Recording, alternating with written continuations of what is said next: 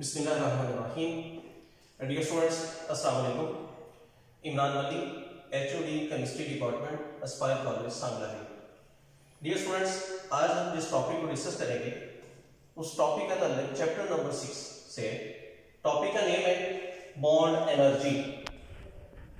इसी चैप्टर के very first topic में हम पढ़ चुके हैं कि जब भी दो एटम्स के दरमियान बॉन्ड फॉर्मेशन होती है तो उस दौरान एनर्जी रिलीज होती है। मसलन जब H2 में H2 मॉलिक्यूल बनता है हाइड्रोजन और हाइड्रोजन बॉन्डिंग से, तो इस बॉन्ड फॉर्मेशन के दौरान एनर्जी रिलीज होती है। और इसी तरह जब Cl2 बनता है Cl और Cl के दरमियान बॉन्ड फॉर्मेशन से, तो एनर्जी रिलीज होती है।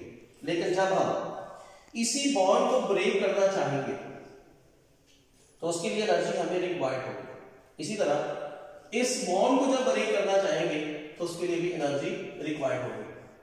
तो किसी भी बॉन्ड को ब्रेक करने के लिए जो एनर्जी रिक्वायर्ड होती है उसे कहते हैं बॉन्ड एनर्जी।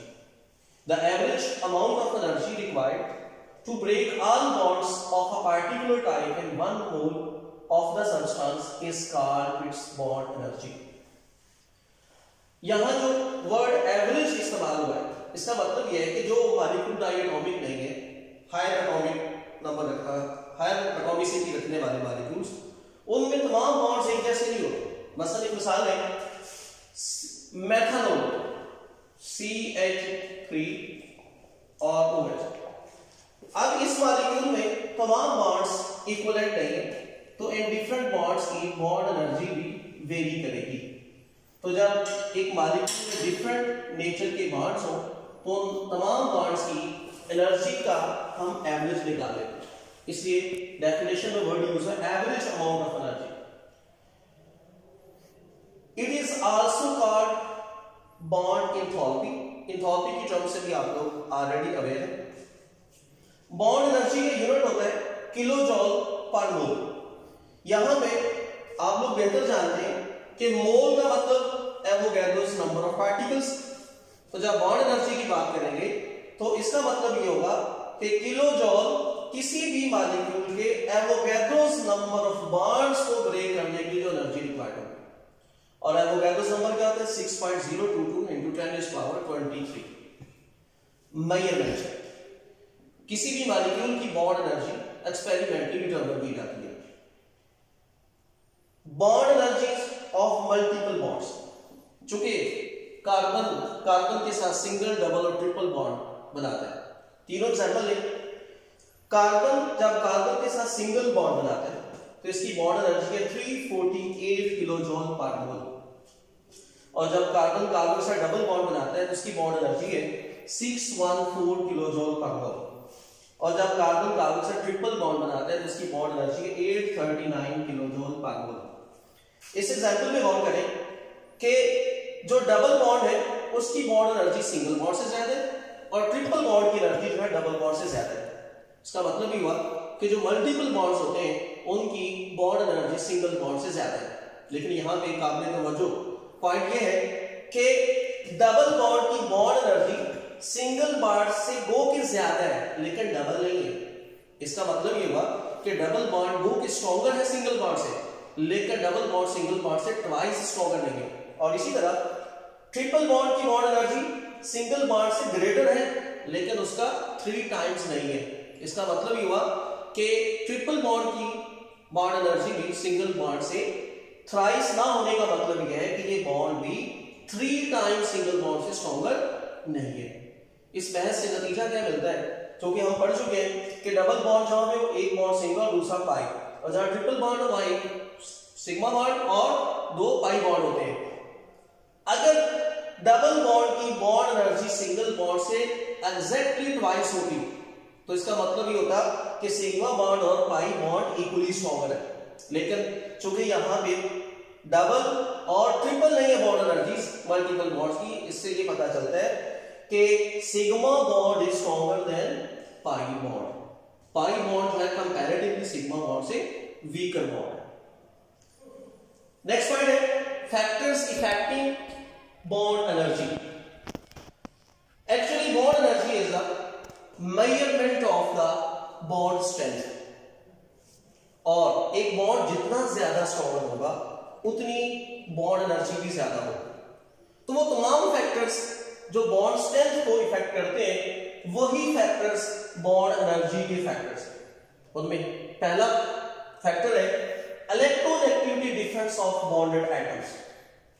दो बॉन्डेड एटम्स के दरमियान इलेक्ट्रोनेगेटिविटी का डिफरेंस जितना ज्यादा होगा उतना बॉन्ड ज्यादा स्ट्रॉन्गर होगा और अल्टीमेटली बॉन्ड एनर्जी भी उतनी ही ज्यादा होगी। It's mean bond energy is directly related to the electronegativity difference of bonded atoms. Second factor, size of the bonded atoms.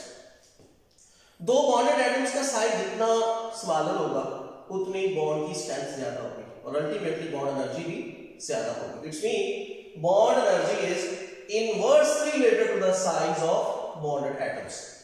Third factor, bond length.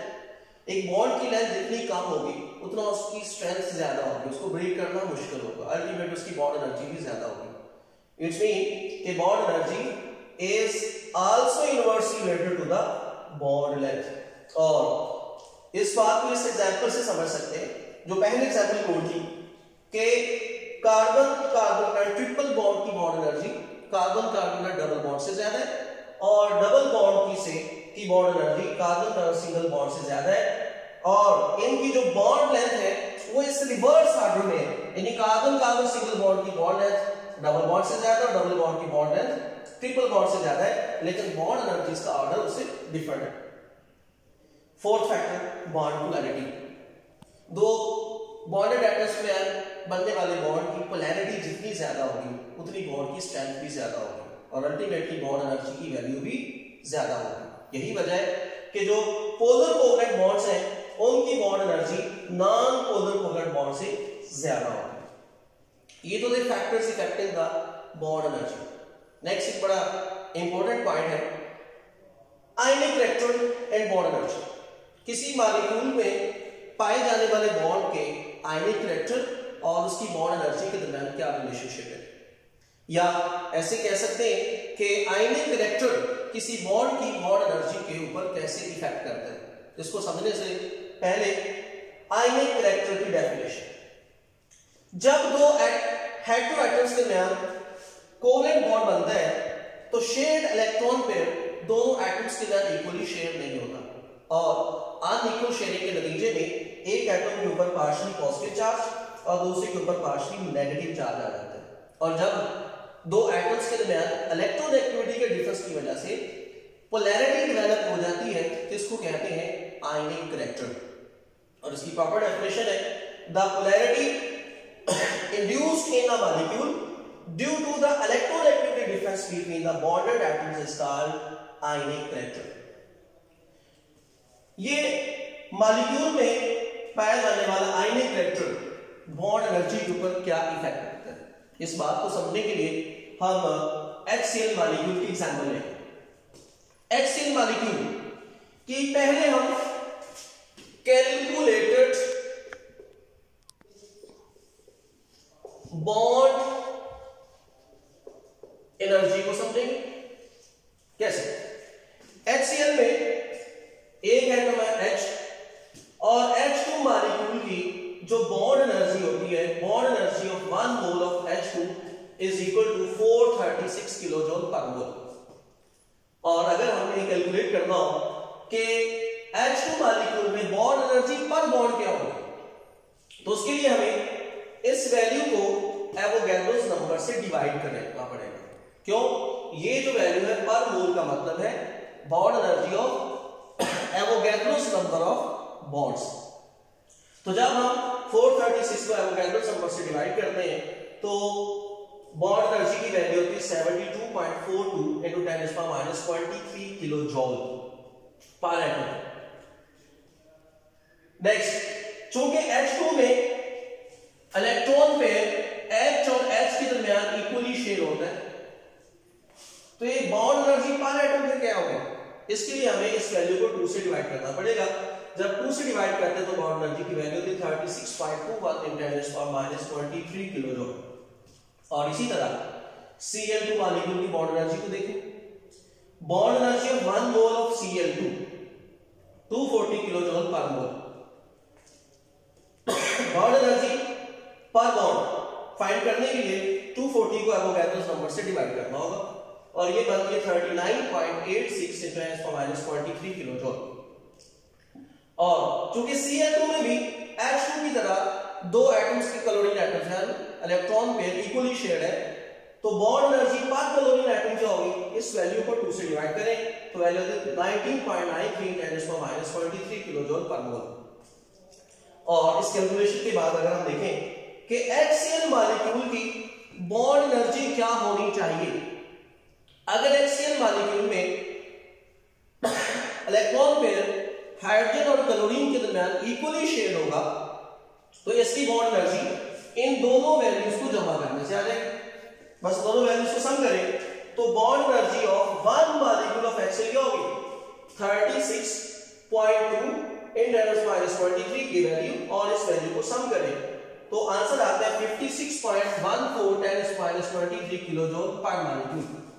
अब इसी बॉन्ड एनर्जी को पर मॉलिक्यूल की बजाय पर मोल कैलकुलेट करना हो तो कैसे करेंगे, इस वैल्यू को एवोगैड्रोस नंबर से मल्टीप्लाई करेंगे तो HCl की बॉन्ड एनर्जी आ जाएगी 337.96 किलोजूल पर मोल। ये जो वैल्यू है ये कैलकुलेटेड वैल्यू है HCl की बॉन्ड एनर्जी की, लेकिन इसके मुकाबले में HCl की जो एक्सपेरिमेंटली डिटरमाइंड बॉन्ड एनर्जी है वो 431 किलोजूल पर मोल है। डियर स्टूडेंट्स जरा गौर करें, कैलकुलेटेड बॉन्ड एनर्जी और एक्सपेरिमेंटली डिटरमाइंड बॉन्ड एनर्जी के बीच डिफरेंस 94 है। इस डिफरेंस से क्या पता चल रहा है, अगर तो कैलकुलेटेड बॉन्ड एनर्जी और experimentally determined bond energies equal होती तो इसका मतलब यह था कि HCl में हाइड्रोजन और क्लोरीन में इलेक्ट्रॉन पेयर इक्वली शेयर्ड है, लेकिन ये डिफरेंस बता रहा है कि इनके दरमियान इलेक्ट्रॉन पेयर इक्वली शेयर्ड नहीं है। और एक्सपेरिमेंटली डिटरमाइंड बॉन्ड एनर्जी की वैल्यू कैलकुलेटेड बॉन्ड एनर्जी से ज्यादा होने का मतलब यह है कि HCl का molecule is more stronger than expected, और इट्स मीन HCl का मॉलिक्यूल ज्यादा स्टेबल है देन एक्सपेक्टेड से। और ये स्टेबिलिटी कहां से, this stability is due to the ionic character present in a molecule. HCl के दरमियान इलेक्ट्रोनेगेटिविटी के डिफरेंस की वजह से जो आयनिक कैरेक्टर डेवलप हुआ उसकी वजह से HCl के मॉलिक्यूल में ज्यादा स्टेबिलिटी पैदा हो, और इसी ज्यादा स्टेबिलिटी का नतीजा इसकी एक्सपेरिमेंटली डिटरमाइंड बॉन्ड एनर्जी जो है वो एक्सपेक्टेड बॉन्ड एनर्जी से ज्यादा है। लास्ट पॉइंट, ये जो एक्सपेरिमेंटली डिटरमाइंड और कैलकुलेटेड बॉन्ड एनर्जी में जो डिफरेंस है, इस डिफरेंस की बेस पे हम एटम्स की रिलेटिव इलेक्ट्रोनेगेटिविटी वैल्यूज जो है वो फाइंड कर सकते हैं। वो हम नेक्स्ट लेक्चर में बात करेंगे। शुक्रिया स्टूडेंट।